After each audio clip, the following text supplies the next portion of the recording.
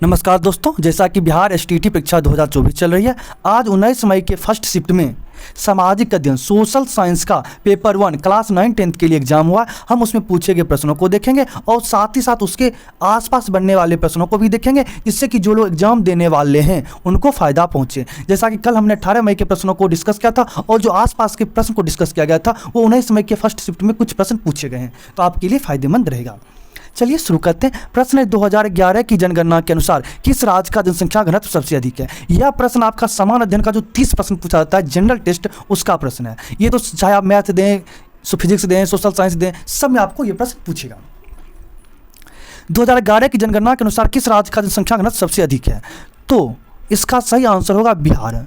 बिहार में सबसे अधिक जनसंख्या घनत्व है। 1 किलोमीटर के क्षेत्रफल में बिहार में सबसे ज़्यादा लोग रहते हैं।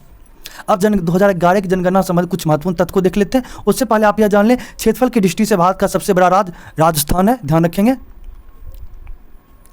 देखिए, जनसंख्या की दृष्टि से भारत का सबसे बड़ा राज्य उत्तर प्रदेश है, ध्यान रखेंगे। जनसंख्या की दृष्टि से बिहार का स्थान भारत में तीसरा स्थान। अच्छा क्वेश्चन है, ध्यान रखेंगे। आपको बीपीएससी ट्री में जब आप एसटीटी क्वालिफाई कीजिएगा, उसके बाद फिर जब आप बीपीएससी ट्री दीजिएगा तो उसमें भी आपको ये काफ़ी हेल्प करेगा। सर्वाधिक जनसंख्या घनत्व वाला राज्य, जैसा कि हमने बता दिया, बिहार। सबसे कम जनसंख्या घनत्व वाला राज्य अरुणाचल प्रदेश है, ध्यान रखेंगे। सबसे कम जनसंख्या वाला केंद्र शासित प्रदेश, सबसे कम जनसंख्या वाला केंद्र शासित प्रदेश लक्षद्वीप है। सबसे कम जनसंख्या वाला राज्य सिक्किम है, ध्यान रखेंगे। सर्वाधिक लिंगानुपात वाला राज्य, सर्वाधिक लिंगानुपात यानी अगर 1000 पुरुष है, 1000 पुरुष पे सबसे ज़्यादा संख्या केरल में है, महिलाओं की संख्या, यानी महिला पुरुष की संख्या लगभग बराबर है। तो सर्वाधिक लिंगानुपात वाला राज्य हो गया केरल। सबसे कम लिंगानुपात वाला राज्य हो गया हरियाणा। स्पेलिंग थोड़ा सा गलत टाइप हो गया, हाँ, हरियाणा, ये यो है। तो सबसे कम लिंगानुपात वाला राज्य हो गया आपका हरियाणा। सर्वाधिक साक्षरता दर, लिटरेसी रेट, सबसे अधिक केरल में, ध्यान रखेंगे। सबसे कम साक्षरता दर वाला राज्य है आपका बिहार, इसको भी ध्यान में रखेंगे। देखिए, हम जानबूझ के हमने आपको इतना करवा दिया कि आपको आगे भी फायदा करे। अगला प्रश्न पूछा गया था कि राज्यसभा के सदस्य का कार्यकाल। हमने ये फर्स्ट शिफ्ट जो 18 मई का हुआ था उसमें डिस्कस किए थे, क्योंकि उसमें पूछा था कि लोकसभा का कार्यकाल कितना होता है। आज पूछा राज्यसभा के सदस्य का कार्यकाल कितना होता है। राज्यसभा के सदस्य का कार्यकाल 6 वर्ष का होता है। और साथ ही साथ आप लोग ध्यान रखेंगे कि राज्यसभा के सदस्यों के लिए चुनाव हर 2 वर्ष के बाद होता है। 1/3 नए सदस्य चुने जाते हैं। अगला प्रश्न है, बिरसा मुंडा की जयंती किस तिथि को मनाई जाती है? बहुत ही अच्छा क्वेश्चन है, बीपीएससी का भी फेवरेट क्वेश्चन है, बिहार एसटीटी का भी फेवरेट क्वेश्चन है, ध्यान रखेंगे। बिरसा मुंडा जयंती 15 नवंबर को मनाई जाती है। 15 नवंबर को ही दोस्तों जनजातीय गौरव दिवस मनाते हैं। जनजातीय गौरव दिवस मनाया जाता है। आपसे पूछेगा कि जनजातीय गौरव दिवस कब मनाते हैं? 15 नवंबर को। एक है और फेमस क्वेश्चन, उल गुलान विद्रोह। उल गुलान विद्रोह, इसको उल गुलान का अर्थ होता है महान हलचल। तो उल गुलान विद्रोह का संचालन बिरसा मुंडा किए थे। मुंडा विद्रोह को ही उल गुलान विद्रोह कहते हैं। उल गुलान का अर्थ होता है महान हलचल। तो उल गुलान विद्रोह संबंधित कौन है? बिरसा मुंडा। धरती आबा भी बिरसा मुंडा को कहा जाता है। अगला प्रश्न देखिए, बहुत अच्छा क्वेश्चन है, संजय गांधी जैविक उद्यान कहाँ पर स्थित है? अगर ये पूछ लेता कि बिहार में चिड़ियाघर कहाँ स्थित है, तुरंत मान देते पटना। तो संजय गांधी जैविक उद्यान ये पटना का चिड़ियाघर का नाम है। तो आप समझ गए होंगे, बिहार के पटना जिला में स्थित है। हिंद स्वराज पुस्तक के लेखक कौन है? हिंद स्वराज के पुस्तक के लेखक महात्मा गांधी हैं। अब देखिए, जो हमने यहाँ पे अभी नोट किए हुए हैं, अपडेट कर दी हैं, ये आपको बीपीएससी टीचर में भयंकर काम आएगा। और जो लोग आगे एग्जाम देने वाले हैं उनको तो काम आना ही आना है। तो गांधी जी द्वारा रचित कुछ पुस्तक देख लेते हैं। यंग इंडिया, हरिजन, नवजीवन, हिंदू स्वराज, सत्य के साथ मेरे प्रयोग। ध्यान रखेंगे, यंग इंडिया, हरिजन, नवजीवन, हिंदू स्वराज, सत्य के साथ मेरे प्रयोग, इन सभी पुस्तकों के लेखक गांधी जी हैं। और आपसे पूछ ले कि दोस्तों न्यू इंडिया के लेखक कौन है? Annie Besant. न्यू इंडिया के लेखक एनी बेसेंट। कॉमनवेल्थ पत्रिका के भी लेखक हैं एनी बेसेंट। कॉमनवेल्थ और न्यू इंडिया के लेखक हैं एनी बेसेंट। मौलाना अब्दुल कलाम आज़ाद द्वारा लिखित कुछ प्रमुख पुस्तकें आपको हर हाल में ध्यान रखना है। अल हिलाल, इंडिया विंस फ्रीडम, गुब्बारे खातिर, ये इनकी प्रमुख कृतियाँ हैं, इनको आप हमेशा ध्यान में रखेंगे। बिहार के पहले शिक्षा मंत्री भी हैं मौलाना अब्दुल कलाम आज़ाद। अगला प्रश्न है, मुसोलिनी कहाँ का रहने वाला था? तो दोस्तों मुसोलिनी आपका इटली का रहने वाला था, ये तानाशाह था। अगला प्रश्न है, लोकसभा में अनुसूचित जनजातियों के लिए सीट आरक्षित हैं। देखिए, लोकसभा में अनुसूचित जनजातियां कहते हैं एसटी को। क्या कहते हैं? एसटी को। और एसटी के लिए टोटल आपको दोस्तों 47 सीट आरक्षित है पूरे भारत में। कितनी सीट आरक्षित है? 47 सीटें दोस्तों आरक्षित हैं, ध्यान रखेंगे। जबकि 84 सीटें अनुसूचित जाति एससी के लिए, टोटल 84 सीटें आरक्षित है पूरे भारत में। कह रहा है कि सबसे ज़्यादा बार मुख्यमंत्री की शपथ लेने वाले कौन हैं? बिहार के हैं। अब समझ जाइए कौन है। हमारे माननीय मुख्यमंत्री नीतीश कुमार हैं।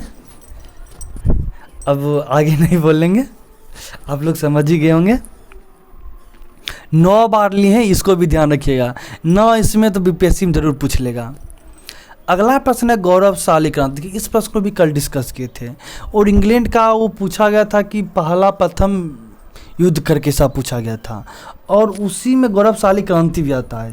तो ये प्रथम युद्ध में आता है कि सेना ने किंग जेम्स द्वितीय के पतन और 1688 में विलियम ऑफ ऑरेंज द्वारा उनके स्थान पर आने में महत्वपूर्ण भूमिका निभाई।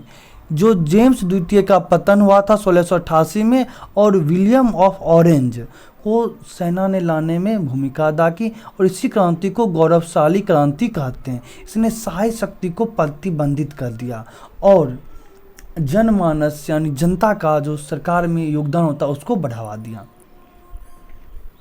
अगला प्रश्न दोस्तों कि कौन सा राज्य बांग्लादेश की सीमा को टच नहीं करता? इस तरह के प्रश्न को याद करने का जरूरत ही नहीं पड़ता। आप मैप लीजिए, देखिए, आपको याद रहेगा। अब बस मैप डिस्कस करते रहिए या आपस में भी देखिए। कह रहा कौन सा राज्य बांग्लादेश की सीमा को टच नहीं करता? हमको नहीं पता क्या ऑप्शन था, लेकिन ये क्वेश्चन था। ऑप्शन के बारे में नहीं पता तो हम आपको पूरा क्लियर। देखिए, ये बांग्लादेश का बॉर्डर है, यहाँ से यहाँ जो व्हाइट आप देख रहे हैं ये यहाँ से ब्लैक कट गया है, इधर म्यांमार, अब ये साइड म्यांमार है। तो यहाँ से यहाँ करके ऐसे ऐसे करके ये आपका हो गया दोस्तों, लाल वाला भाग हो गया आपको बांग्लादेश। अब खुद आप देखिए बांग्लादेश की सीमा से कौन कौन टच कर रहा है। मिजोरम टच कर रहा है, त्रिपुरा टच कर रहा है, यहाँ पे असम टच कर रहा है, मेघालय टच कर रहा है, ये देखिए पश्चिम बंगाल टच कर रहा है, भूटान कहीं, सिक्किम दोस्तों टच नहीं कर रहा है। ध्यान रखेंगे, सिक्किम टच नहीं कर रहा है क्योंकि पश्चिम बंगाल के ऊपर है यहाँ पे सिक्किम। तो अगर अच्छा क्वेश्चन बनाने के लिए तो ये भी हो सकता है कि सिक्किम ऑप्शन में दे सकता है, नहीं तो आपको अरुणाचल प्रदेश दे देगा, मणिपुर दे देगा। तो ये सभी टच नहीं करता है, सिक्किम टच नहीं कर रहा है, मणिपुर टच नहीं कर रहा है, आपका अरुणाचल प्रदेश भी टच नहीं कर रहा। अरुणाचल प्रदेश यहाँ पे है। ये आपका जो पूरा पीला भाग है असम है, तो असम भी टच कर रहा है बांग्लादेश को। तो उम्मीद है यह जानकारी आपको समझ में आ गई होगी। अगला प्रश्न है कि एशियाई विकास बैंक एडीबी एक क्षेत्रीय विकास बैंक है जिसकी पूछा गया था कि एशियाई विकास बैंक एडीबी का स्थापना कब हुआ? तो इसका स्थापना हुआ 19 दिसंबर 1966 को। 19 दिसंबर 1966 को एडीबी का मुख्यालय मनीला फिलीपींस में। एडीबी का मुख्यालय कहाँ है? मनीला फिलीपींस में है। अगला प्रश्न है भारत का पहला तैरता हुआ एटीएम कहाँ पर स्थित है? तो दोस्तों ये बीपीएससी का पूछा हुआ क्वेश्चन है, जो मेन एग्जाम होता है बीपीएससी का उसमें पूछा हुआ क्वेश्चन है। भारत का पहला तैरता हुआ एटीएम आपको डल झील में स्थित है। इसको एसबीआई ने स्थापित किया था श्रीनगर में। अगला प्रश्न है दोस्तों, मोपला विद्रोह कब हुआ था? मोपला विद्रोह 1921 में हुआ था। तो आपको तो बीपीएससी ट्री भी देना है, स्टेट भी देना है, जो लोग नहीं दिए हैं तो वो लोग जान लें कि मोपला मुस्लिम काश्तकार थे, यानी किसान थे, जो मालाबार क्षेत्र में निवास करते थे, जहां अधिकांश जमींदार हिंदू थे। उनकी शिकायतें कार्यकाल की सुरक्षा की कमी, उच्च किराया, नवीनीकरण शुल्क और अन्य दमनकारी वसूली पर केंद्रित थी। जो मोपला विद्रोह केरल में हुआ है 1921 ईस्वी में, वहाँ पे मोपला मुस्लिम काश्तकार थे और ज़मींदार था हिंदू। वो लोग ज़्यादा लगान वसूल करता था, तो इसलिए मोपला किसानों ने विद्रोह कर दिया। इसमें महात्मा गांधी ने भी हेल्प किया था और बाद में मोपला आंदोलन का विलय किस में हो गया? खिलाफत आंदोलन में। मोपला आंदोलन का किस में विलय हो गया? खिलाफत आंदोलन में। अगला प्रश्न है, कौन सा देश महिलाओं को वोट देने का अधिकार नहीं देता है? तो दोस्तों, ये जो वोट देने का अधिकार सऊदी अरब में नहीं मिला है महिलाओं को। अगला प्रश्न है, पेरिस की संधि कब हुई? 1763 ईस्वी में। पेरिस की संधि 1763 ईस्वी में हुई। 10 फरवरी 1763 को ग्रेट ब्रिटेन, फ्रांस और स्पेन के राज्यों द्वारा पुर्तगाल के साथ समझौते पर हस्ताक्षर किए गए थे। 7वें के दौरान फ्रांस और स्पेन पर ग्रेट ब्रिटेन और पर्शिया की जीत के बाद। अब देखिए, ये कर्नाटक युद्ध से भी संबंधित है दोस्तों। जो कर्नाटक में फ्रांस और यूरोप, ये ब्रिटेन लड़ रहा था, तो इसका भी जो युद्ध विराम हुआ था, अंतिम जो युद्ध विराम हुआ था फ्रांस और ब्रिटेन के बीच, भारत में जो लड़ाई चल रहा था, उसका 1763 की पेरिस की संधि के माध्यम से ही हुआ था। चेरो जनजाति कहाँ की रहने वाली थी? चेरो जनजाति देखिए मूल रूप से झारखंड की रहने वाली थी। झारखंड, ध्यान रखेंगे। अगला प्रश्न है, देखिए, बांग्लादेश और भारत के बीच कितनी सीमा रेखा है? सीमा रेखा की लंबाई कितनी है? तो बांग्लादेश और भारत के बीच 4096 किलोमीटर लंबी अंतर्राष्ट्रीय सीमा साझा करते हैं। अगला प्रश्न है, देखिए, वास्को डी गामा ने यूरोप के लिए भारत का रास्ता कब खोजा? अब देखिए, ये प्रश्न कोई आपसे पूछे कि वास्को डी गामा ने भारत को कब खोजा, ये बहुत गंदा प्रश्न है। ये प्रश्न होता ही नहीं है। पहले बहुत लोग बोल देते थे किताब में मिल जाता था, अब नहीं मिलता है। वो रास्ता खोजा, वास्को डी गामा जो पुर्तगाल का निवासी था, उसने यूरोप के लिए भारत तक का रास्ता खोजा। ऐसा नहीं था कि पहले यूरोप लोग पता नहीं था, लेकिन सुलभ रास्ता खोजा, समुद्री रास्ता खोजा है वास्को डी गामा ने पुर्तगाल यूरोप के लिए। उससे पहले भी बहुत अच्छा खासा व्यापार चल रहा था भारत और यूरोप के बीच में। वो पहले था तुर्की कॉन्स्टेंटिनोपल के माध्यम से रास्ता था। संयुक्त राष्ट्र संघ की स्थापना कब? प्रश्न है कि राष्ट्र संघ की स्थापना कब हुई? राष्ट्र संघ की स्थापना 10 जनवरी 1920 को हुई।